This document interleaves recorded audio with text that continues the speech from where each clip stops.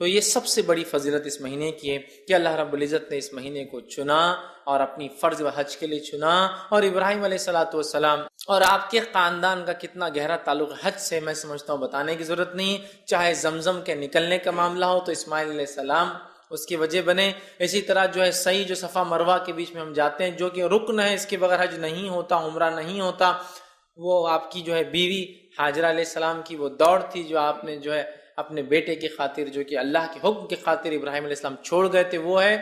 چاہے پھر وہ حج کے بعد جو ہے قربانی کرنے کا معاملہ ہو، اسماعیل علیہ السلام اور ابراہیم علیہ السلام ہے، تو گویا اس خاندان کو اللہ نے چن لیا، اور جو کام ابراہیم علیہ السلام نے کیا، اللہ چاہتا ہے کہ وہی کام ہم بھی کریں، اسی طرح کی قربانیاں، اسی طرح کا عمل۔ تو یہ سب سے پہلی فضل اس مہینے کی ہے کہ اللہ رب العزت نے اپنی فرض عبادت حج کے لیے اس مہینے کا انتخاب کیا۔ تو ہمیں چاہیے جس کے پاس استطاعت ہو، سفر کرنے کی صحت ہو، تو وہ ضرور حج کرے اس مہینے کے اندر۔ یہ تھی اس مہینے کی پہلی فضیلت۔ اسی طرح جو ہے ذوالحجہ مہینے کی دوسری جو اہم فضیلت ہے وہ یہ ہے کہ اللہ رب العزت نے اس مہینے کو حرمت والا مہینہ بنایا ہے۔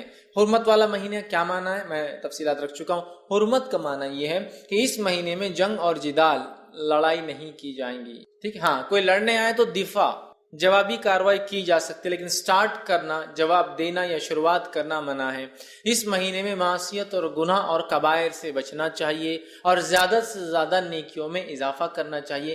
یہ معنی ہے حرمت والا۔ حرمت کا مطلب محترم، جیسا مسجد حرام کہتے ہیں، مطلب محترم، یا حرام کا معنی ہوتا ہے وہ چیزیں جو عام جگہ پہ حلال ہے یہاں لیکن وہ حرام ہے، ٹھیک ہے۔ عام جگہ پہ آپ جھاڑ وغیرہ توڑ سکتے ہیں، جب آپ حج کو جائیں گے تو حرم کے اس میں آپ جھاڑ نہیں توڑ سکتے ہیں نا۔ تو گویا جو چیزیں باہر کی جا سکتی ہے، ابھی جو حج کے لیے جب جائیں گا آدمی تو وہاں اس مقام پہ نہیں کر سکتا، اسے حرمت والا کہتے ہیں، محترم یا حرام چیز۔ اسی وجہ سے مسجد حرم کو حرم کہا جاتا ہے کہ وہاں حرام ہے بہت ساری چیزیں، غلط سوچنا وہاں غلط ہے، نقصان پہنچانا غلط ہے، ایذا دینا غلط ہے، سمجھ رہے ہیں؟ تو 4 مہینے حرمت والے ہیں، تو یہ ان مہینوں میں سے ایک مہینہ ہے۔ تو دوسری فضیلت اس مہینے کی یہ ہے کہ اللہ نے اس مہینے کو حرمت والا مہینہ بنایا ہے، اور اس کی حکمت علماء بیان کرتے ہیں کہ اللہ نے کیوں اس مہینے کو حرمت والا بنایا، اور خاص طور سے ان 3 ماہ کو ایک کے بعد ایک، ذوالقعدہ، ذوالحجہ اور محرم کو کیوں حرمت والا بنایا۔ وہ لکھتے ہیں اور کہتے ہیں کہ عرب میں لوٹ مار بہت زیادہ تھی، تو وہ قافلوں کو لوٹ لیا کرتے تھے، تو اللہ رب العزت نے 3 مہینے کو پیدر پر محترم بنا دیا، جس کی وجہ سے حج کو جانے کا جو قافلہ ارادہ کرے تو حج کا مہینہ بیچ میں آتا ہے، ذوالقعدہ محترم، تو آدمی سفر کو نکل گیا، قبائل اپنے اپنے علاقوں سے نکلے، اور عربوں کے پاس اس کا بہت احترام تھا۔ نبی اکرم صلی اللہ علیہ وسلم کے زمانے میں بھی عرب حالانکہ جاہل تھے، بت پرست تھے، لیکن ان 4 مہینوں میں لوٹ مار نہیں کیا کرتے تھے۔ یہ الگ بات ہے کہ لوٹ مار کرنے کی ٹیکنکس نکال لی تھی انہوں نے، کرتے یہ تھے کہ ہر سال میں کچھ سال اعلان کر دیتے کہ یہ بار محرم کا مہینہ بعد میں آئے گا۔ 3 مہینے ان سے، چونکہ ان کا بزنس یا ٹریڈنگ کچھ بھی نہیں تھی، تو انہوں نے یہ طریقہ نکالا تھا لوٹ مار۔ تو یہ کرتے تھے کہ محرم کو سرکا دیتے تھے، بولتے تھے ابھی 2 مہینے ایک ساتھ محترم، لیکن اللہ نے 3 کیوں رکھے تھے، اس کی حکمت علماء لکھتے ہیں کہ تاکہ قافلے حج کے لیے نکلے مہینہ بھر پہلے، آرام سے حج ذوالحجہ میں پہنچے، حج کرے، اور آرام سے محرم کے مہینے میں اپنے اپنے گھر پہنچ جائے۔ اور رجب کو کیوں کیا اللہ نے پھر محترم بیچ میں، اس کی حکمت بھی علماء لکھتے ہیں تاکہ اگر عمرے کے لیے اگر کسی کو نکلنا ہو تو اللہ نے اس 1 مہینے کو بھی محترم کر دیا، تاکہ لوگ آئے عمرہ کر کے اپنے اپنے گھر محفوظ اور حفاظت کے ساتھ چلے جائیں۔ یہ حکمت علماء لکھتے ہیں، کوئی ضروری نہیں کہ یہی ہو، لیکن یہ بھی کئی حکمتوں میں سے اللہ کی ایک حکمت ہو سکتی ہے کہ حج کو چاہ کے لوگ آئے امن و امان کے ساتھ آئے۔ 3 مہینے کو ایک ساتھ حرمت والا کر دیا، اور ایک بیچ میں تاکہ لوگ عمرے کے لیے آسانی سے آ سکیں۔ تو حرمت والا مہینہ یاد رکھیے، اور یہ اس کی بہت بڑی جو ہے اہمیت ہے، اس کو ہم نے سمجھنا چاہیے۔ اور اللہ رب العزت نے قرآن میں بیان کیا، اور اس مہینے کے تعلق سے اور حج کے تعلق سے بالخصوص، اور سورہ بقرہ سورہ نمبر 2 آیت نمبر 197 میں اور فرمایا اور کہا الحج شہر معلومات، اللہ فرماتا ہے اور کہتا ہے حج کے مہینے معلوم ہے اور معروف ہے، تم سب کو پتا ہے۔ پھر فرمایا فمن فرض فیہن الحج فلا رفث ولا فسوق ولا جدال فی الحج، تو جو تم میں سے حج کا ارادہ کرے، حج کو جائے، اپنا فریضے کو پورا کرے، وہ ہر قسم کی بے حیائی سے رکا رہے، اللہ کے احکامات کی جو ہے نافرمانی بالکل نہ کرے، اور لڑائی جھگڑا ولا جدال، اور لڑائی جھگڑا حج میں نہ کرے، ٹھیک ہے۔ تو یہ بڑا محترم مہینہ تھا، اور عرب اس کو اتنا محترم مانتے تھے،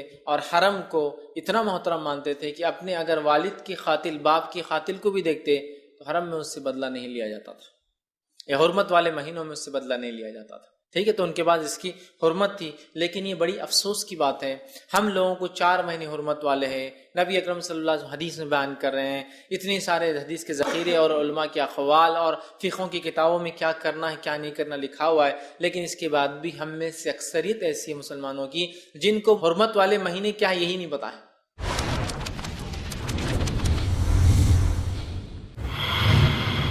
پیغام سیرت النبی، جانیے شیخ شمیم فوزی سے سیرت النبی کی وہ تعلیمات جو ہر انسان کے لیے بے حد ضروری ہے.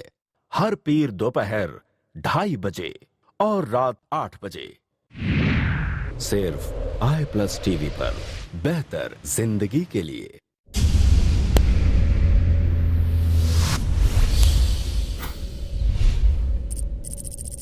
اپنے کیبل یا DTH آپریٹر سے i+TV آج ہی ڈیمانڈ کریں.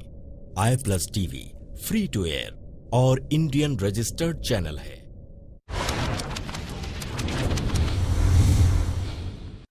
اگر کسی جاب کرنے والے کو، آفس جانے والے کو یہ بولے کہ ویکینڈ کیا ہے، اگر اسے نہیں پتا ہے تو اس سے بڑا احمق اور بیوقوف کون ہو سکتا ہے. جو لوگ جو آفس جاتے ہیں، جاب کرتے ہیں، ویکینڈ سب کو پتا ہے، اس لیے کہ چھٹی ہوتی ہے، خوشی ہوتی ہے کہ اب ہمارا ہفتہ ختم ہو رہا ہے. کسی کا 5 دن کا ورکنگ ہوتا ہے، 2 دن کا جو چھٹی ہوتی ہے، کسی کا 6 دن کا ورکنگ ہوتا ہے، 1 دن کی، تو ویکینڈ کہتے ہیں اس کو، ہے نا. مطلب ایک چیز جس میں چھٹی اور ہم خالی ہے تو اس کی اہمیت ہم کو پتا ہے، ٹھیک ہے. تو اسی طرح حرمت والے مہینوں کے بارے میں بھی تو پتہ ہونا چاہیے نا. یہ وہ مہینے جن میں ہمیں جنگ اور جدال نہیں کرنا ہے، فسق اور فجور اور گناہ اور معصیت اور کبائر سے بچنا ہے، نیکیوں میں اضافہ کرنا ہے، اللہ کی تکبیرات بیان کرنا ہے. کچھ کے اندر کچھ مخصوص چیزیں بتائی بھی گئی ہے کیا کیا کرنا ہے. لیکن ہم جو ہم میں سے اکثریت حرمت والے کب آتے مہینے اور کب چلے جاتے ہیں. اور اس کی ایک اہم وجہ یہ بھی ہے کہ ہم لوگ اسلامک کیلنڈر جانتے ہی نہیں. اگر ہم میں سے، میں کہتا ہوں 100 مسلمانوں میں سے پوچھ لیا جائے کہ اسلام کے 12 مہینوں کے نام کیا، تو میں سمجھتا ہوں ہندوستان کے حد تک تو بتا سکتا ہوں 1 سے 2% لوگ ہی بتا سکتے کہ اسلامی 12 مہینوں کے نام کیا ہے. 1 سے 2% لوگ، مطلب 100 میں سے 2 لوگ بتا پائیں گے. باقی کو وہ سب پورے پتہ نہیں گڑبڑ، اردو مکس اس میں، اور پتہ نہیں فارسی نام اس میں مکس، اور پتہ نہیں کیا کیا. اگر تھوڑے بہت یاد بھی ہے تو پتہ نہیں وہ عجیب و غریب انداز، مطلب وہ نام نہیں ہے جو اسلامی نام ہے یا جو اسلامی کیلنڈر میں یوز ہوتے ہیں. ٹھیک ہے. تو ہمیں چاہیے اس جو قمری کیلنڈر ہوتا ہے، جو چاند سے چلتا ہے، جو اسلامک کیلنڈر ہے، ہجری کیلنڈر جس کو کہتے ہیں، کم از کم ان 12 مہینوں کے نام ضرور یاد کرے، تاکہ یہ حرمت والے مہینے گزرے تو یاد آئے ارے یہ حرمت والا ہے. ایٹ لیسٹ کلک تو ہوتا ہے نا کہیں نہ، ارے محرم، ارے محرم آیا مطلب حرمت والا آ گیا، ارے ذوالحجہ آ گیا، ارے حرمت والا آ گیا، ارے ذوالقعدہ آ گیا، ارے حرمت والا آ گیا، ارے رجب آ گیا حرمت. تو ایٹ لیسٹ نام یاد ہوں گے تو ریپیٹ ہوں گا. تو نام ہی نہیں پتا تو اب وہ حرمت والے اور غیر حرمت والے کا کیا اس میں مطلب اصطلاح فرق کیسے کریں گے بتائیے. شناختی نہیں ہوں گی کوئی چیز کی تو آپ اوائڈ کیسا کریں گے، یا پھر اس میں کیا کرنا ہے کیسے معلوم کریں گے. تو ضرور آپ خود اور اپنے بچوں کو ضرور اسلامی کیلنڈر کے 12 مہینے کون سے یاد کریں. بہت آسان ہے، 5 منٹ بیٹھنا پڑے گا، لے کر 5 منٹس کہ بیٹھنا پڑے گا. محرم اور جو صفر، ربیع الاول، ربیع الثانی، جمادی، 5 منٹ بیٹھنا ہے اور آپ کو پورے یاد ہو جائیں گے باہر.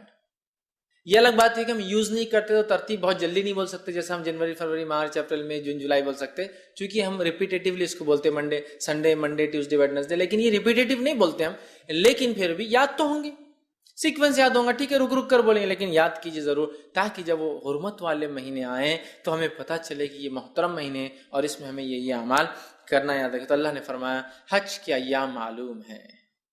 ٹھیک ہے، حج کے ایام معلوم ہے، الحج شہر معلومات، کہ حج کے کیا دن ہیں یہ سب کو معلوم ہے، اس کا تم لوگوں کو اللہ نے فرمایا علم ہے، یاد رکھیں. اسی طرح اس مہینے کی تیسری فضیلت، اہم فضیلت یہ ہے کہ اس مہینے میں اللہ نے جو 2 تہوار، جو 2 عیدیں ہمیں دی ہے، جو 2 منانے کے فیسٹیولز دیے، وہ 2 میں سے ایک فیسٹیول آتا ہے جس کو عید الاضحیٰ، بقر عید، عید الاضحیٰ، یوم النحر اور بہت سارے ناموں سے بہرحال پکارا جاتا ہے.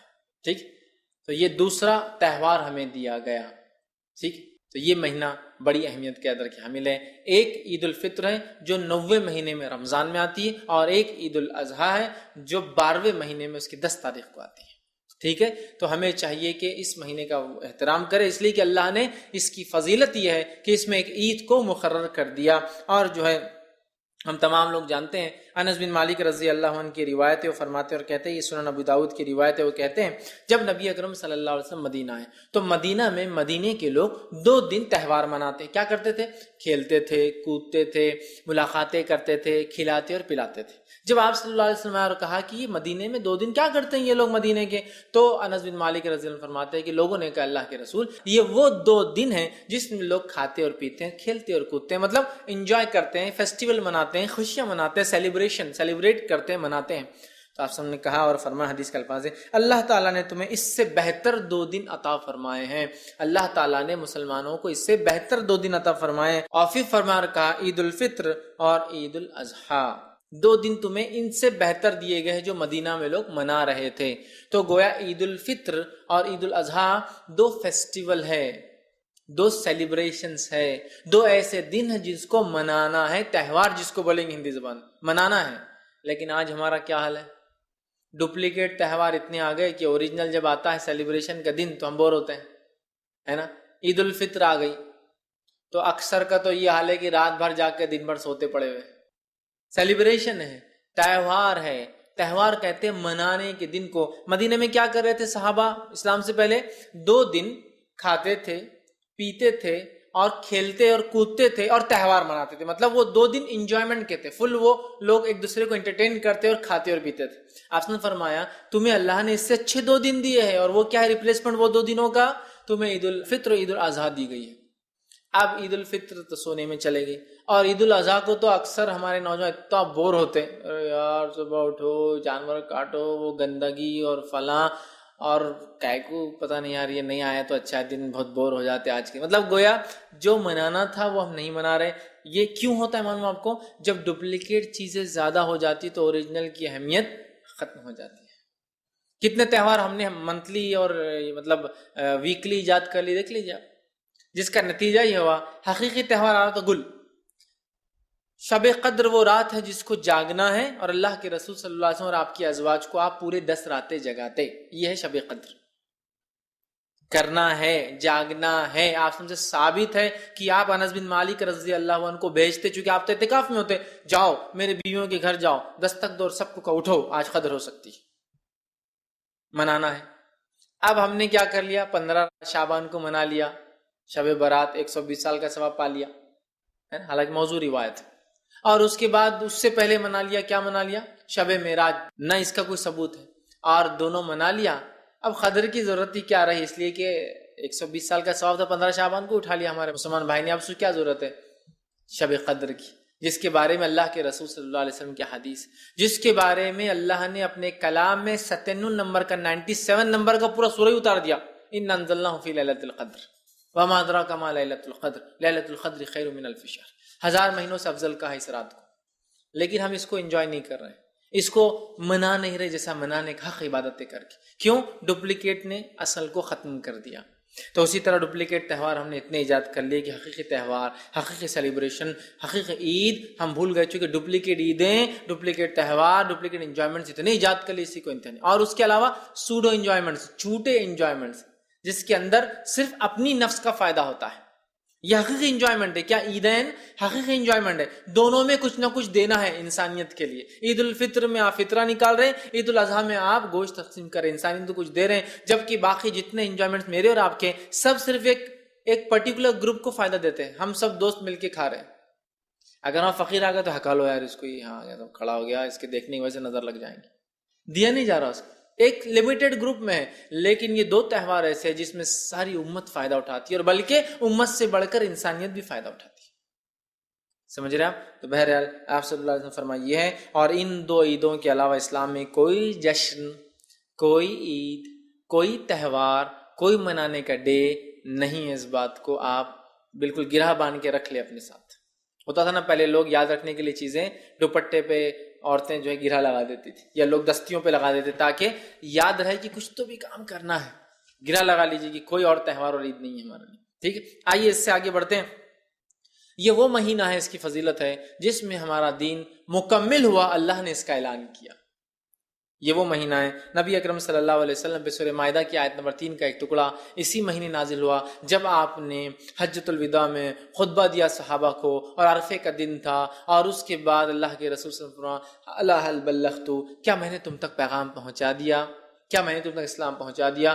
صحابہ نے مل کر کہا قالوا بلا نعم یا رسول اللہ، اے اللہ کے رسول صلی اللہ علیہ وسلم ہاں آپ نے اس پیغام کو پہنچا دیا۔ نبی اکرم صلی اللہ علیہ وسلم حدیث میں آتا ہے اللہم اشہد، اپنی جو ہے شہادت کی انگلی آسمان کی طرف کر کے کہا سیدھا اللہم اشہد اللہم اشہد اللہم اشہد، اللہ تو گواہ رہنا میں نے پہنچا دیا، اللہ تو گواہ رہنا میں نے پہنچا دیا، اللہ تو گواہ رہنا میں نے پہنچا دیا۔ تو یہ دین مکمل ہوا، اور اللہ رب العزت نے پھر یہ آیت نازل کی اٹیسٹ کرنے کے لیے کہ ہاں یہ دین مکمل ہوا، الیوم اکملت لکم دینکم واتممت علیکم نعمتی ورضیت لکم الاسلام دینا، آج میں نے تمہارے لیے اپنا دین مکمل کر دیا، الیوم اکملت لکم دینکم واتممت علیکم نعمتی، اور میری نعمت اسلام کی شکل میں تم پر پوری کر دی، ورضیت لکم الاسلام دینا، اور جو میرے پاس یہ چیز لے کے آئیں گے جس کو اسلام کہتے ہیں میں اس سے روز قیامت راضی ہو جاؤں گا۔ تو اٹیسٹ کر دیا اللہ نے اس مہینے میں کہ ہمارا دین مکمل ہو گیا، اور نبی اکرم صلی اللہ علیہ وسلم اس کے بعد وفات کر گئے۔ یہ آیت نازل ہوئی اور اس کے بعد آپ صلی اللہ علیہ وسلم کی رب 12 ربیع الاول کو اس کے چند ماہ بعد آپ کا انتقال ہو گیا، تو دین مکمل ہو گیا، یاد رکھیے۔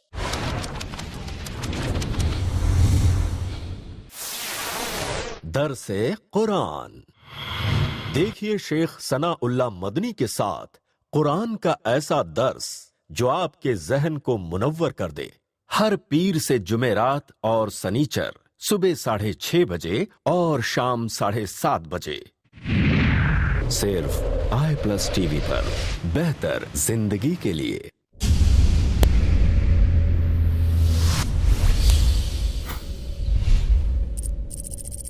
اپنے کیبل یا DTH آپریٹر سے i+TV آج ہی ڈیمانڈ کریں۔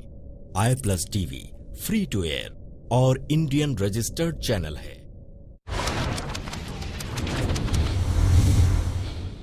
اور اس تعلق سے ایک روایت آتی ہے، ایک یہودی جو ہے عمر ابن خطاب رضی اللہ عنہ کے پاس آیا اور کہا امیر المومنین، اگر جو ہے مطلب یہ آپ کی بات ہے، اگر اللہ رب العزت وہ آیت جو آپ کی کتاب میں ہے اگر ہم پر اتارتا تو ہم یہودی اس دن عید مناتے ہیں۔ تو عمر ابن خطاب رضی اللہ عنہ نے کہا کون سی آیت اگر تم اترتی تم پر تو تم عید مناتے؟ تو کہا یہ آیت الیوم اکملت لکم دینکم واتممت علیکم نعمتی ورضیت لکم الاسلام دینا، اگر یہ آیت ہماری توریت میں ہوتی تو ہم اس آیت پر عید مناتے ہیں، چونکہ یہودی جانتے تھے کہ دین اسلام ابھی مکمل نہیں ہوا ہے، آخری نبی آنے والے ہیں۔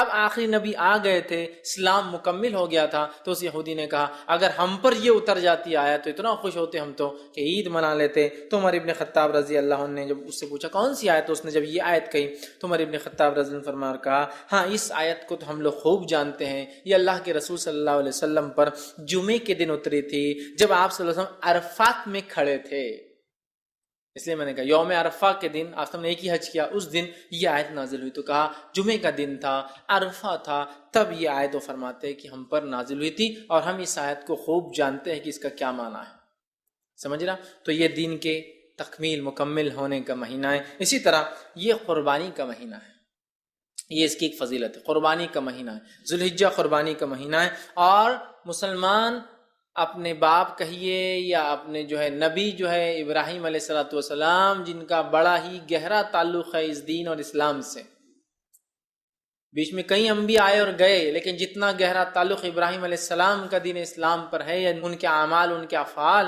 اس کی کوئی انتہا نہیں، یاد رکھی، بہت گہرا تعلق۔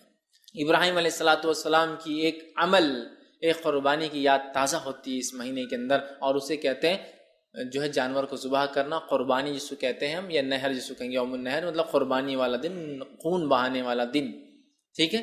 تو یہ مہینہ جو ہے قربانی کا مہینہ ہے، اور 10 ذوالحجہ کو جس کو یوم النہر کہتے ہیں، مسلمان حسب استطاعت یا تو جانور لے کر یا اس میں ایک حصہ ڈال کر جانور کے گردن پہ چھری پھیرتا ہے، اور اس قربانی کو یاد کرتا ہے اے اللہ تیرے خلیل نے، تیرے دوست نے، ابراہیم علیہ الصلوۃ والسلام نے جس طرح سے قربانی دی تھی، ہر قسم کی قربانی دی تھی، اور قربانی دے کر تیری عبادت کو، تیرے حکم کی تکمیل کی تھی، اسی طرح ہم بھی جو ہے کمال عبادت کو پہنچنے کے لیے، اسی طرح قربانی کا جذبہ جگانے کے لیے 10 ذوالحجہ کو جانور کی گردن پہ چھری پھیر کر اعلان کرتے اللہ ہم جس طرح سے جانور کی گردن پہ چھری پھیر رہے ہیں، وقت آنے پر اپنے مال، اپنی جان، اپنی اولاد، اپنا وقت اپنی صلاحیت، اپنا جسم، جو کچھ ہو سکتا ہے تیری راہ میں قربان کر دیں گے۔ تو یہ قربانی کا مہینہ ہے، یہ مہینہ ہمیں تعلیم دیتا ہے، ایجوکیٹ کرتا ہے۔ اے مسلمانوں، قربانی دینا سیکھو۔ افسوس کی بات ہے قربانی کی رسم ہم میں باقی رہ گئی۔ میں رسم یہ کہہ رہا ہوں کہ اس کی حقیقت پیچھے سے نکل گئی، اس کی حقیقت نکل گئی، اس کی روح نکل گئی ہے۔ قربانی ہمیں یہ سکھاتی تھی کہ ہم ہر چیز قربان کرنے والے بن جائیں۔ آج ہماری قربانی صرف رسمی ہے، وہ یہ ہے کہ جانور کی گردن پہ چھری تو پھراتے ہیں، لیکن اگر پڑوس کے جانور نے میرے جانور کا چارہ کھا لیا تو اس پہ جھگڑا ہو رہا ہے۔ اتنا نہیں سکھا سکی کہ قربانی یہ بھی تو ہے، ایک رسم ہے۔ کچھ جگہ تو فخر ہے، معلوم آپ کو، جانور لا کے بالکل غیر مسلموں پہ جیسا ایک بہت بڑا روب جما رہے، جنگ جیتنے والے اس دن جانور خوب گھما رہے، چرا رہے، اب یہ کریں گے، روب جما رہے ہیں، کیا کیا کر رہے ہیں۔ یہ قربانی جو سبق دینا چاہیے تھا، جو لیسن دینا چاہیے تھا، جو نصیحت ہمیں دینا چاہیے تھا، جو اس سے فائدہ ہمیں ہونا چاہیے تھا، وہ یہ تھا کہ ہمیں یہ ٹرین کرے، اللہ ہم ہر چیز تیری راہ میں قربان کرنے کے لیے ریڈی ہے اور تیار ہے، لیکن نہیں کیا اس قربانی نے، وہ جذبہ نہیں جگایا۔ رسم باقی رہ گئی کہ وہ کر رہے ہیں، ہزاروں کا جانور لا رہے ہیں، کچھ لوگ لاکھوں کا لا رہے ہیں اور ذبح کر رہے ہیں، لیکن وہ جذبہ نہیں پیدا ہو رہا ہے قربانی دینے کا، قربان ہونے کا، اللہ سے قرب حاصل کرنے کا۔ بہت زیادہ ضروری، یاد رکھیے۔ تو یہ مہینہ قربانی کا مہینہ ہے اور مسلمان اس میں حسب استطاعت قربانی کا۔ اسی طرح یہ مہینہ جو ہے وہ مہینہ ہے جس میں ایام تشریق آتے ہیں۔ ایام تشریق کیا ہے؟ ایام تشریق وہ دن ہوتے ہیں جس کے تعلق سے اللہ رب العزت نے سورہ بقرہ میں یوں فرمایا، سورہ نمبر 2 آیت میں 203 میں، اور فرما رکھا وَاذْكُرُوا اللَّهَ فِي أَيَّامٍ مَّعْدُودَاتٍ، کہ اللہ نے فرما کہا اللہ کا بس ذکر کرو ان معلوم ایام میں، ان مخصوص ایام میں، ان فکس ڈیٹس میں۔ اور اس کی شرح کے اندر، اس کی تفسیر کے اندر علماء لکھتے ہیں، مفسرین لکھتے ہیں، اور وہ اس طرح سے آتی ہے کہ اس آیت میں جو ایام معدودات، وہ فکس ایام، وہ چند دن جس کا ذکر ہوا ہے، وہ ہے ایام تشریق، 11 ذی الحجہ، 12 ذی الحجہ اور 13 ذی الحجہ۔ یہ ہے یہاں اس آیت میں مراد کہ اللہ کا ذکر کرو، بڑائی بیان کرو ان مخصوص معلوم دنوں کے اندر۔ اور وہ کون سے دن ہیں جس میں اللہ کی بڑائی بیان کرنا ہے، کبریائی بیان کرنا ہے، تمہید کرنا ہے، تحلیل کرنا ہے، تکبیر کرنا ہے؟ وہ دن یہ 3 ہیں، یاد رکھیے خاص۔ اس کے علاوہ بھی ہے، ابھی آگے آتے جائیں گے فضائل، تو پہلے 10 دن کے بھی آئیں گے، یہ تو 11، 12 اور 13 کے دیکھ رہے ہیں، لیکن ہم اس کی طرف جا رہے ہیں۔ تو ان 3 دن میں تو خاص آیت ہی ہے، وہ 10 دن میں بھی ہے شروع کیے ذی الحجہ کے، لیکن یہ 3 دن میں خاص ہے کہ اللہ کا ذکر کرو ان مخصوص معلوم ایام کے اندر، ٹھیک ہے؟ اور وہ کون کون سے دن ہیں؟ 11، 12 اور 13، ان کو کہتے ہیں ایام تشریق، کھانے اور پینے کے دن، ان میں روزہ نہیں رکھ سکتے، سمجھ گیا؟ تو یہ ایام تشریق جس کو اللہ نے کہا، تو یہ ایام تشریق بھی اسی مہینے میں آتے ہیں، یہ بھی اس کی فضیلت جس کو قرآن نے کہا وَاذْكُرُوا اللَّهَ فِي أَيَّامٍ مَّعْدُودَاتٍ، اللہ کا ذکر کرو ان مخصوص ڈیز کے اندر، مخصوص ٹائم کے اندر، مخصوص جو باتیں بتائی گئی، دن بتائے گئے۔ تو یہ جو 3 ہیں، اور اس میں جو ہے 13 ذی الحجہ کی عصر تک جو ہے ایام تشریق ہوتا ہے، تب تک ہمیں جو ہے اللہ کی حمد و ثنا اور تکبیرات بیان کرنا ہے۔ اور ایام تشریق کھانے پینے کے دن، آپ سے فرمایا صحیح مسلم کی روایت ہے، ایام تشریق کھانے پینے اور اللہ کا ذکر کرنے کے دن ہیں۔ ایام تشریق کھانے پینے اور اللہ کا ذکر کرنے کے دن ہیں۔ اور ایک حدیث میں آپ نے فرمایا کہا یوم عرفہ 9 ذی الحجہ، یوم النحر 10 ذی الحجہ، ایام تشریق 11، 12 اور 13 ذی الحجہ، آپ نے فرمایا کہ جو سب کے لیے عید کے لفظ آپ نے فرمایا، حدیث کے اندر آتا ہے کہ یہ سب عید، ابو داؤد کی جو آپ نے فرمایا یوم عرفہ، یوم النحر، ایام تشریق اہل اسلام کے لیے عید کے ایام ہیں اور یہ کھانے پینے کے دن ہیں۔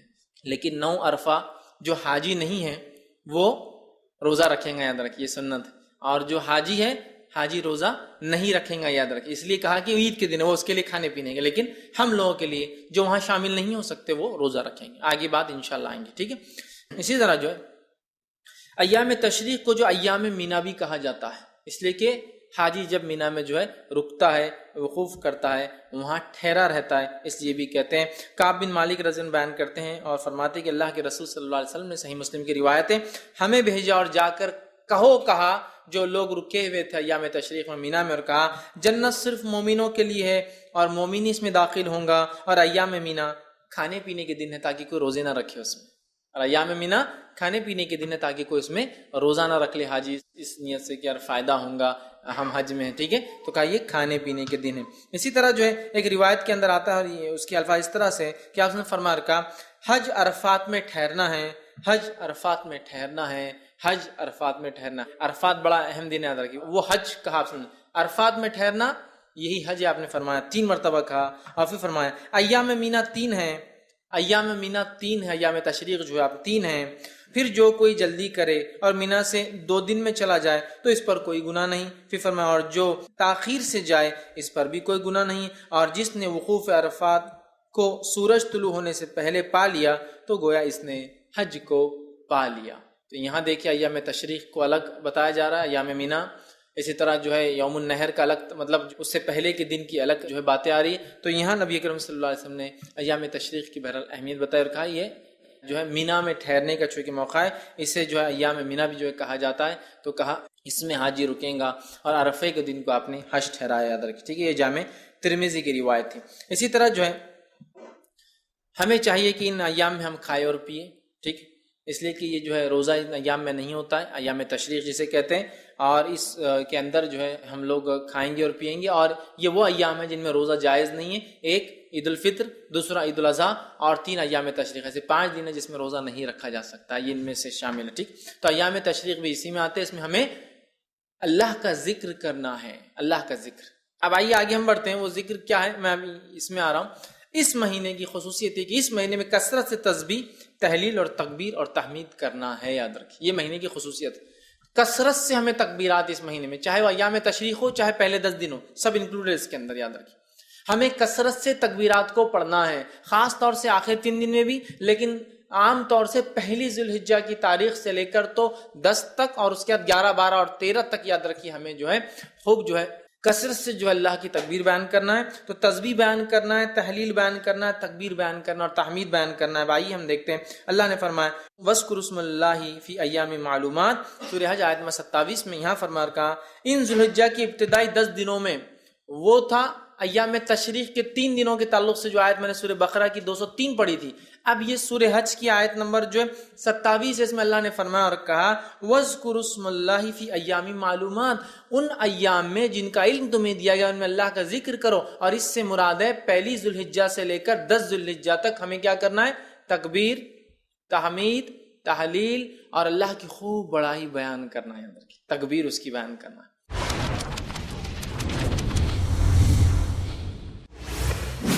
آداب زندگی.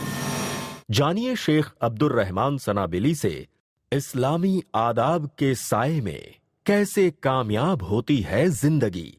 ہر منگل دوپہر 2:30 بجے اور رات 8:30 بجے صرف i+TV پر.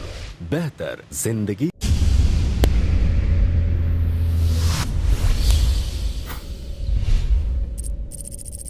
اپنے کیبل یا DTH آپریٹر سے i+TV آج ہی ڈیمانڈ کریں.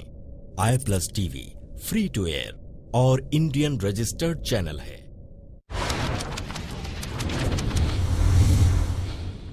تو ابھی پورا لے رہا ہوں. 10 ذی الحجہ میں بھی جو کرنا ہے، پہلے عشرے میں ذی الحجہ کے، اور باقی 3 دن میں بھی پہلی چیز ہمیں کرنا ہے کہ خوب تکبیرات بیان کرنا ہے.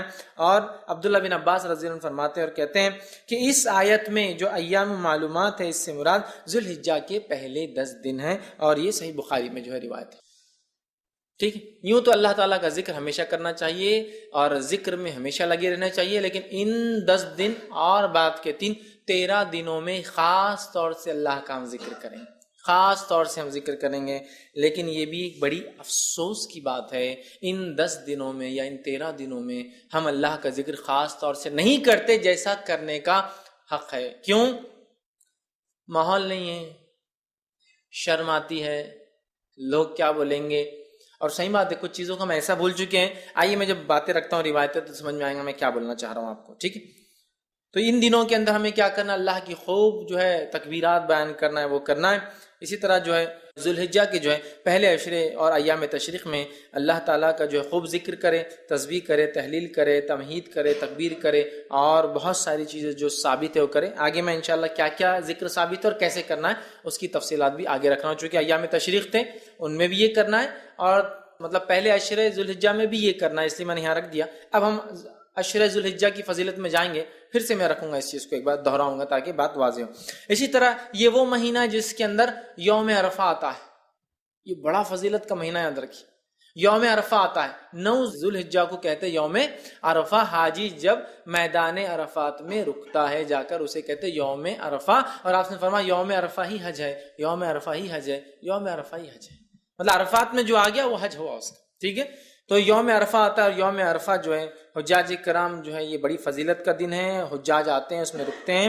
صحیح مسلم کی روایت ہے، آپ فرماتے کہتے ہیں کوئی دن ایسا نہیں جس میں اللہ تعالی یوم عرفہ سے زیادہ بندوں کو جہنم سے آزاد کرتا ہے. کوئی دن نہیں سال کا ایسا جس میں اللہ اتنے لوگوں کو کوانٹٹی میں جہنم سے آزاد کرتا ہے جتنا یوم عرفہ 9 ذوالحجہ کو لوگوں کو جہنم سے نجات دیتا ہے. اور کیوں نہ اتنے سارے حاجی ہیں اور لوگ اللہ سے دعا کر رہے ہیں، اور سارے دنیا میں جو ہے لوگ روزہ رکھ رہے ہیں اس دن سنت کے اوپر. ہم حاجی نہیں رکھیں گے یاد رکھیں، لیکن جو مقیم ہے جو اپنے گھر پر ہے وہ ضرور روزہ رکھے تو اللہ تعالیٰ سنتا ہے. اور سب سے زیادہ اگر لوگ جہنم سے نجات پاتے ہیں کسی دن تو وہ عرفہ کا دن ہے. تو عرفہ کا دن اسی مہینے میں آتا ہے. ایک اور روایت جو شرح سنہ کے اندر آتی ہے اس میں الفاظ اس طرح سے کہ اس دن اللہ تعالیٰ آسمانی دنیا پر نازل ہوتا ہے اور فرشتوں کے سامنے اہل عرفات پر فخر کرتا ہے اور فرشتوں کو گواہ بناتا ہے کہ میں نے ان سب کو بخش دیا. اللہ تعالیٰ عرفہ کے دن انسانی آسمان پر نزول کرتا ہے اور فخر کرتا ہے فرشتوں کے سامنے، دیکھو میرے بندے کیسا جمع ہوئے.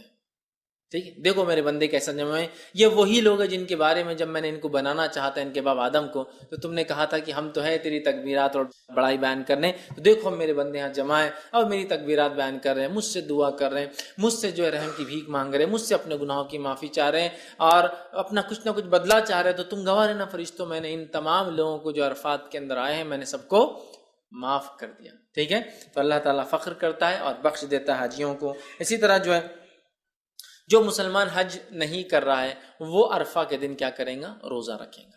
یہ نبی اکرم صلی اللہ علیہ وسلم سنت ہے. یہ صحیح مسلم کی روایت آپ نے فرمایا مجھے اللہ تعالیٰ سے امید ہے کہ اس دن کا روزہ رکھنا گزشتہ اور آئندہ 2 سال کے گناہوں کا کفارہ ہے. مطلب عرفہ کے دن کا روزہ جو گزر گیا اور جو آنے والا 1 سال ہے، مطلب 2 سال جو ایک چلا گیا جو پاس اور جو فیوچر آنے والا ہے 2 سال کے گناہوں کا کفارہ بن جاتا ہے. تو لہٰذا حاجی نہیں رکھیں گے یاد رکھیے روزہ. آپ صلی اللہ علیہ وسلم نے خاص طور سے صحابہ سے دودھ منگوا کر پیا تاکہ لوگوں کو پتہ چل جائے اس دن روزہ نہیں ہے. لیکن غیر حاجی ہم اور آپ اگر حج کو نہیں جاتے ہیں تو اپنے مقیم اپنے شہر میں 9 ذوالحجہ کو یا جو عرفہ کے دن جو ہم روزہ رکھیں گے یاد رکھیں. ٹھیک، اسی طرح جو ہے اب آئیے عشر ذوالحجہ کی طرف جاتے ہیں اور اپنی بات کے خاتمے کی طرف جا رہا ہوں کہ یہ تو پوری باتیں میں نے لے لی. اب وہ 10 دن کے بارے میں ہم بات کرتے ہیں. عشرہ ذوالحجہ جس کو کہتے ہیں مطلب فرسٹ 10 days آف ذوالحجہ، حج کے مہینے کے پہلے 10 دن. ان ایام کی بڑی فضیلت ہے یاد رکھیے. پہلے ذوالحجہ سے لے کر یوم النحر مطلب 1 تاریخ سے لے کر 10 اور 10 کے دن ہم کیا مناتے ہیں؟ عید مناتے ہیں یاد رکھیے، بقرعید جس کو کہتے ہیں عام زبان میں. ٹھیک ہے، تو یہ 10 دن کی فضیلت کیا ہے اس کی طرف ہم بڑھتے ہیں. تو ذوالحجہ کے پہلے 10 دن کی فضیلت کے تعلق سے نبی اکرم صلی اللہ علیہ وسلم فرماتے ہیں، صحیح بخاری کی روایت ہے، غور سے سنیے کتنی فضیلت ہے ان دنوں کی جس کو ہم بہت ایزی، بہت آسان اور بہت معمولی سمجھتے ہیں. حدیث کے الفاظ ہے ذوالحجہ کے ابتدائی 10 دنوں کے مقابلے میں دوسرے کوئی ایام ایسے نہیں جن میں نیک عمل اللہ کو ان دنوں سے زیادہ محبوب ہو. مطلب ذوالحجہ کی پہلی 10 تاریخ میں جو اعمال انسان کرتا ہے اللہ کو اتنے پسند ہے کہ اتنا پسند اللہ کو باقی دوسرے دنوں میں کیے گئے اعمال محبوب نہیں ہیں. صحابہ کرام نے عرض کیا اللہ کے رسول صلی اللہ علیہ وسلم کیا جہاد بھی نہیں؟ تو فرمایا اللہ کی راہ میں جہاد بھی افضل نہیں ہے. مطلب اتنا افضل ہے اس مہینے میں اعمال کرنا کہ ایک آدمی عام دنوں میں اگر جہاد بھی کرے تو ان دنوں میں کیے گئے اعمال کی برابری نہیں کر سکتا. تو آپ نے ہاں جہاد بھی نہیں سوائے اس مجاہد کے جو اللہ کی راہ میں نکلے، جان بھی لے جائے مال بھی لے جائے، جان بھی چلی جائے مال بھی چلے جائے، وہ زیادہ افضل ہے، باقی کوئی عمل افضل نہیں. مطلب ذوالحجہ کے پہلے 10 دن میں آپ جو عمل کریں گے وہ عمل جہاد سے بھی زیادہ افضل ہے.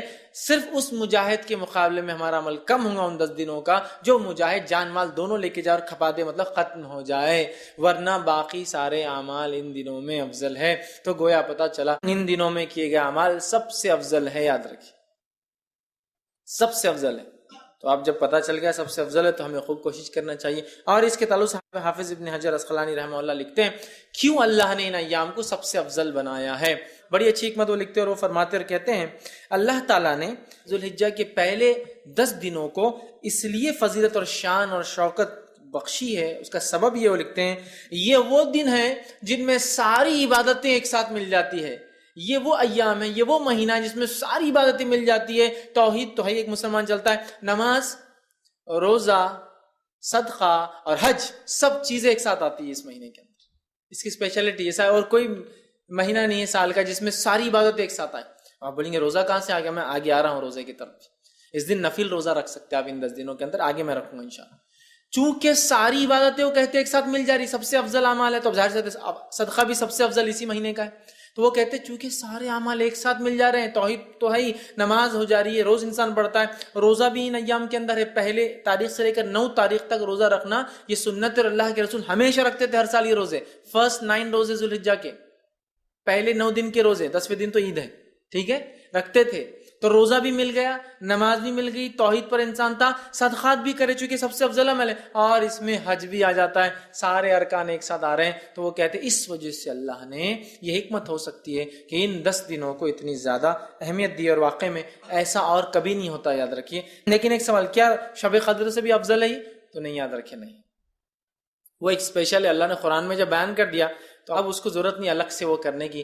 شب قدر رمضان کا اشرا اس کی ایک الگ ہی اپنی اہمیت ہے، وہ مستحکم، اس کی فضیلت بالکل ثابت ہے. اب جو باقی باتیں نہیں اس کے بعد ہی، اس کے نیکسٹ ہی ہوں گا، یاد رکھیے، ٹھیک ہے. تو سب سے افضل ہے. تو ان ایام میں ہمیں خوب سے خوب زیادہ زیادہ عمل کرنا چاہیے. اب وہ جو تکبیرات وغیرہ میں نے کہی تھی، روک دیا تھا، ایام تشریق میں کرنا ہے. اب عشرہ ذوالحجہ میں بھی تکبیرات کو کہنا ہے، اور پورے 10 دنوں تک، اور باقی کے 3 دن. تو آئیے تکبیرات میں سب سے پہلے ہم خوب تکبیریں کہیں.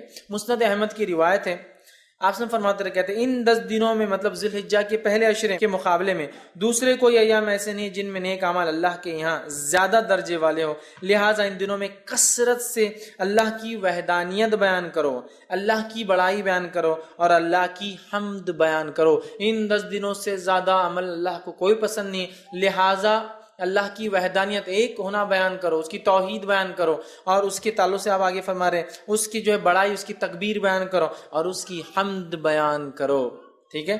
اب آئیے اللہ کی وحدانیت بیان کرنے سے کیا مراد؟ لا الہ الا اللہ یہ کہنا، یہ وحدانیت بیان کرنا ہے نا. اسی طرح اللہ کی جو تکبیر بیان کرنے سے کیا مراد؟ اللہ اکبر کہنا، اور دیگر تکبیرات جو اللہ کی بڑائی بیان کرتی ہے وہ کہنا.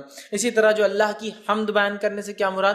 اس کی تعریف بیان کرنا، ہر چیز کے اوپر اس کی پاکی اور اس کی تعریف بیان کرنا، یہ اس سے مراد ہے. اور پہلے ذوالحجہ سے لے کر 10 ذوالحجہ تک جو تکبیرات کہتے ہیں ان تکبیرات کو مطلق کہا جاتا ہے، یاد رکھیے. تو پہلے ذوالحجہ سے لے کر 9 ذوالحجہ تک جو تکبیرات انسان بیان کرتا ہے اسے تکبیر مطلق کہتے ہیں. مطلب وہ تکبیریں جو مطلق ہیں. اور 10 ذوالحجہ سے لے کر 13 جو تکبیر بیان کرتی ہے اس کو کہتے ہیں تکبیر مقید. وہ قید ہوتی ہے، کسی عمل کے ماتحت چلتی ہے، یاد رکھیے. تو یہ تکبیرات ہے. اب کیا تکبیرات بیان کریں؟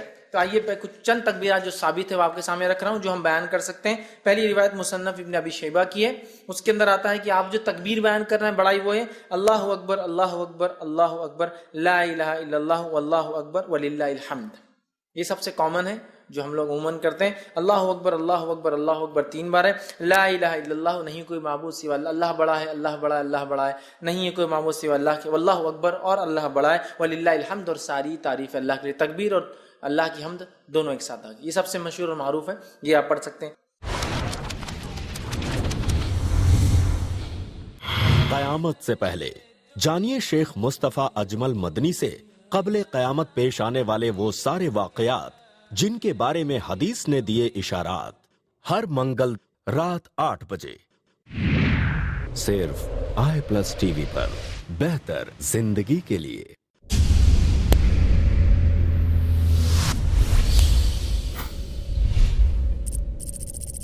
اپنے کیبل یا DTH آپریٹر سے i+TV آج ہی ڈیمانڈ کریں.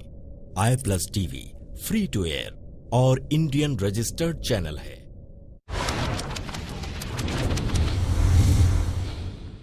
دوسرا جو پڑھ سکتے جو ثابت ہے وہ یہ ہے الفاظ اللہ اکبر کبیرہ.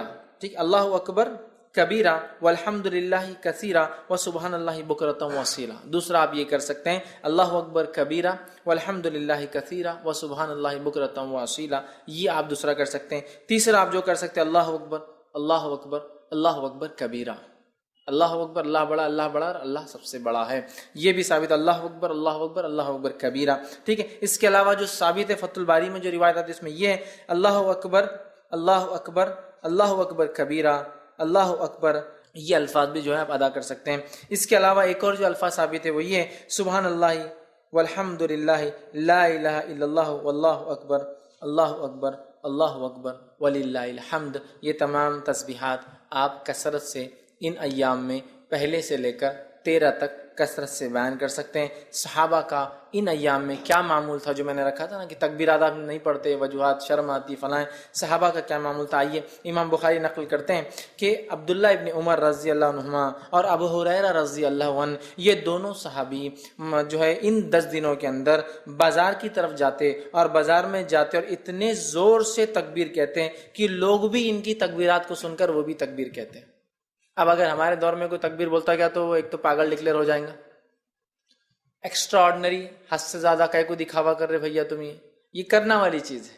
اگر یہ دکھاوا ہوتی تو صحابی کبھی نہیں کرتے تھے، یہ کرنے والے اعمال، تو یا تو وہ ہو جائیں گا یا تو پھر اللہ کا ولی ڈکلیئر ہو کے عام لوگوں سے بڑا ہو جائے گا، اللہ کا ولی بھائی ہم نہیں کر سکتے، نیکسٹ آگے یہ ہو جائے گا معاملہ۔ صحابہ نکلتے تھے اتنی زور سے بولتے تھے کہ سننے والے غفلت میں ہیں، بازار میں لوگ مارکیٹ میں بھول گئے، ارے یاد آ گیا ذوالحجہ چالو ہے اور اس کے اپن نہیں بولو تکبیرات بیان، تو اتنی زور سے بیان کرتے ہیں کہ لوگ ان کی تکبیرات سن کر تکبیر بیان کرتے ہیں۔ عبداللہ بن عمر رضی اللہ عنہ کے تعلق سے آتا کہ مینا میں اپنے خیمے میں، مطلب حج کے لیے جاتے، مینا میں اپنے خیمے میں اتنی زور سے تکبیر بولتے کہ آواز مسجد میں چلی جاتی تو مسجد والے تکبیر بولتے، مسجد والے تکبیر بولتے تو آواز بازار میں چلی جاتی تو بازار والے تکبیر بولتے، اور چنانچہ روایت میں آتا ہے کہ مینا تکبیرات سے گونج اٹھتا تھا، بخاری کی روایت ہے، مطلب وہ یہاں بولتے تو مسجد والے سن لیتے، مسجد والے بولتے تو بازار والے سن لیتے، بازار والے بولتے تو اتنی زور سے آواز ہوتی کہ پورا مینا آواز سے گونجتا تھا لوگوں کی تکبیرات لوگ بیان کرے، جیسے حج میں ہوتا ہے نا، تو یہ حج میں تو کرنا ہی ہے، بازار میں بھی کرتے تھے، مطلب یہ حج کو نہیں کہتے شروعات میں، بازار میں بھی کرتے چلتے پھرتے، تو ہمیں خوب تکبیرات اس مہینے میں بالخصوص 1 سے لے کر 10 اور 10 سے لے کر 13 تک بیان کرنا ہے۔ تو اسے پتہ چلا کہ ہمیں چلتے پھرتے اٹھتے بیٹھتے ان میں تکبیرات باواز بلند زور سے بیان کرنا ہے، اور عورتیں چونکہ وہ زور سے نہیں کر سکتی تو وہ پست آواز میں ہلکی آواز میں اپنے گھروں میں کریں گی۔ ہاں اگر گھر میں غیر محرم کے سننے کے ڈر نہ ہو تو عورتیں بھی بلند آواز میں تکبیرات پڑھیں گی۔ سمجھ لیجیے گھر میں صرف محرم ہے، بھائی ہے، والد ہے، بچے ہے، سگے بھانجے بھتیجے محرمات، تو عورت تیز بول سکتی ہے، لیکن ڈر ہو کہ غیر محرم سنیں گے تو پھر پست آواز میں بولیں گے، لیکن عورت بھی بولیں گی، اور میں تو کہتا ہوں عورت ہی پہلے بولے تو پھر بچے بھی بولیں گے، بچے تو ماں سے ہی سیکھیں گے نا، بہرحال تو عورت بھی بول سکتی ہے، ٹھیک ہے۔ اسی طرح جو ہے تکبیرات کے علاوہ ان ایام میں ہمیں کیا کرنا ہے، تو ان ایام میں ہمیں روزے رکھنا ہے۔ کون سے؟ عشرہ ذوالحجہ کے پہلے عشرے کی بات چل رہی ہے وہ ہماری، تو اس میں کیا کرنا ہے؟ تکبیرات کے علاوہ روزے رکھنا ہے۔ نبی اکرم صلی اللہ علیہ وسلم کے تعلق سے آتا ہے، صحیح مسلم کی روایت ہے، مجھے اللہ تعالیٰ سے امید ہے کہ اس دن کا روزہ 9 ذوالحجہ، 1 سال پچھلے اور 1 سال اگلے گناہ کا کفارہ بنے گا، تو 9 ذوالحجہ کو تو رکھنا ہے، یہ غیر حاجی کے لیے، حاجی نہیں رکھیں گا۔ اس کے علاوہ ان مہینے کے اندر جو روزے آپ رکھیں گے اس میں ایک روزہ جو مشہور اور معروف ہے وہ یہ ہے، جس کے تعلق سے روایت اس طرح سے آتی ہے، سنن ابو داؤد کی روایت ہے کہ آپ سے ان کی زوجہ فرماتی اور کہتی ہے کہ نبی اکرم صلی اللہ علیہ وسلم جو ہے ذوالحجہ مطلب 9 ذوالحجہ کا روزہ جو ہے، یوم عاشورہ کا روزہ، ہر ماہ کے 3 روزے، اور ایک روایت میں ذوالحجہ کے پہلے 9 ذوالحجہ عرفے کا روزہ، اور جو ہے 10 محرم کا روزہ، اور ایام میں 20 مہینے کے 3 روزے کبھی نہیں چھوڑتے، اور ایک روایت میں الفاظ ہے آپ صلی اللہ علیہ وسلم پہلے 9 روزے ذوالحجہ کے پہلے، مطلب پہلے عشرے کے پہلے 9 دن کے روزے، اور 10 محرم کا روزہ، اور اسی طرح ایام میں 20 مہینے کے 3 دن 13، 14 اور 15 یہ روزے کبھی نہیں چھوڑتے۔ تو اس روایت میں 9 روزے کے تذکرہ ہے، پہلے 9 روزے، تو پتہ چلا اس مہینے میں روزے بھی رکھنا چاہیے۔ مسند احمد کی روایت ہے، آپ نے فرمایا کہ آپ صلی اللہ علیہ وسلم کبھی 4 کام نہیں چھوڑتے، عاشورے کا روزہ، عشرہ ذوالحجہ کے 9 روزے، مطلب پہلے عشرے کے 9 جو ہے دن کے جو ہے فاسٹنگ روزے، اور مہینے کے 3 روزے آپ صلی اللہ علیہ وسلم، اور فجر کی 2 سنتیں، 4 عمل کبھی نہیں چھوڑتے۔ اس میں بھی کیا آ گیا؟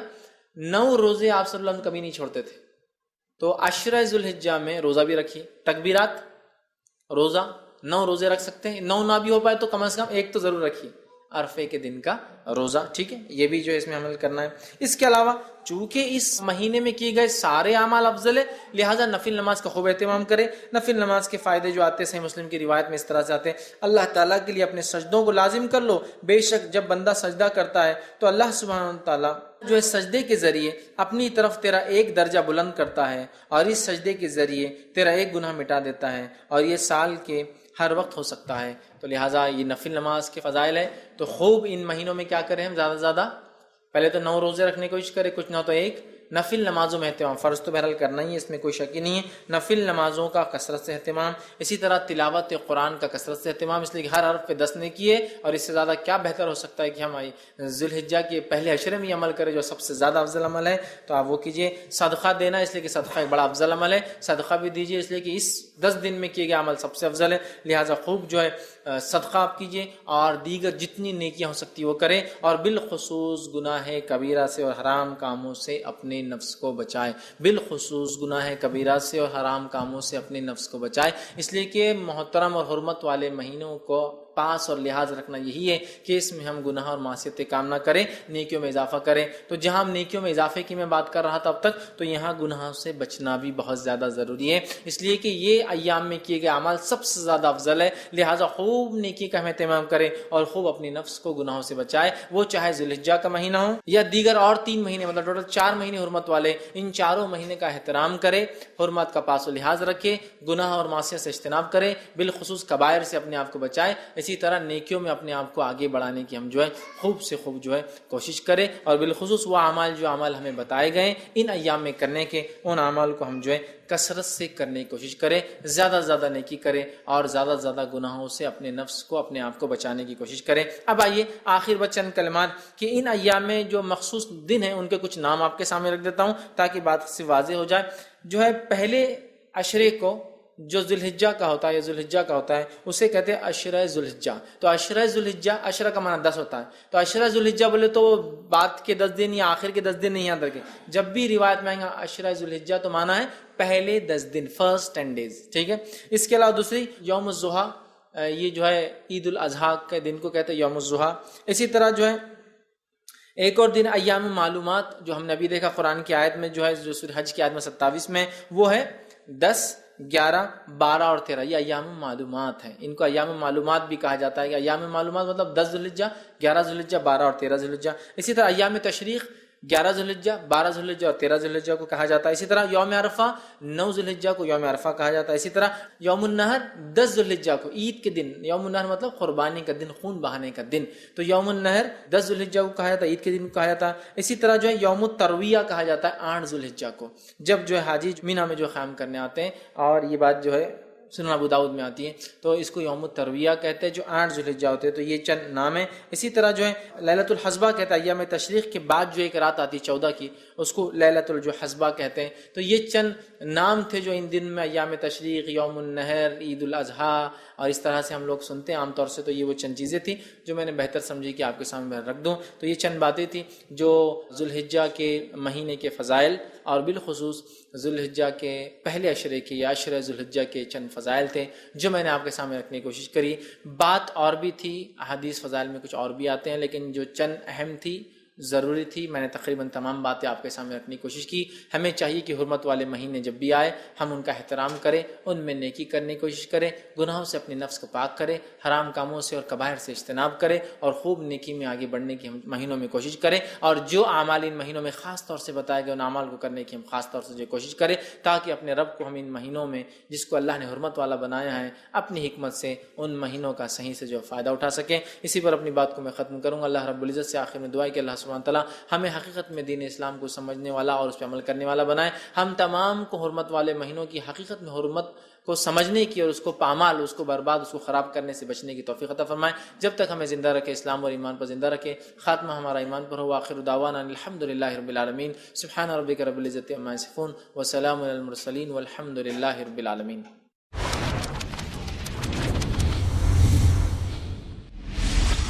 لبیک اللہم لبیک. جانیے بردر زید پٹیل سے سفر کی پیکنگ سے لے کر طواف الوداع تک کا سفر. روزانہ دوپہر 2 بجے صرف i+